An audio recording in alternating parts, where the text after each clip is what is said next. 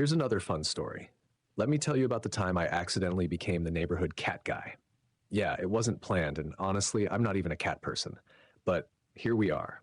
It all started when I moved into my new apartment. It's a nice place, ground floor, big windows, pretty standard. The only problem? There's this cat that hangs around outside. A big, fluffy orange tabby with an attitude like it owns the block. The first time I saw it, it was just chilling on my windowsill, staring at me like I'd invaded its space. At first, I ignored it. I mean, it's just a cat, right? But every time I opened the window or stepped outside, there it was, just watching, judging. One day, I made the mistake of tossing it a piece of leftover chicken. That was my first error. The next morning, it was back. Same spot, same judgmental look. This time, it meowed, loudly, like it was demanding breakfast. So I gave it a little bit of tuna, thinking, okay, this will shut you up. Spoiler, it didn't. Fast forward a week, and now it's a routine. Every morning I wake up, open the door, and there's this cat, waiting like it's clocked in for its shift. At this point, I start calling it Garfield because, well, it's orange, and it eats like it's never been fed in its life.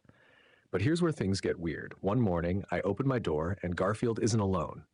There's another cat, a little black one with big green eyes, and they're both just sitting there staring at me like I'm the manager of some feline diner.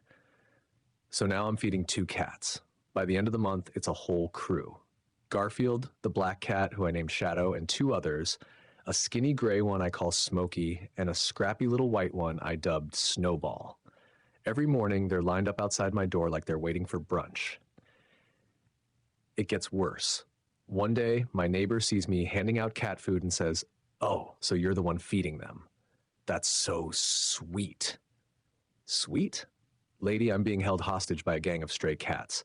But before I can explain, she says, "You know, there's this orange tabby that hangs around my place too. Maybe you can feed him too?" And that's how I became the unofficial cat guy for the entire complex. People started leaving cans of cat food outside my door with little notes like, "For your furry friends." One lady even gave me a cat bed, which Garfield immediately claimed as his throne. Now, every time I step outside, I'm greeted by a parade of cats.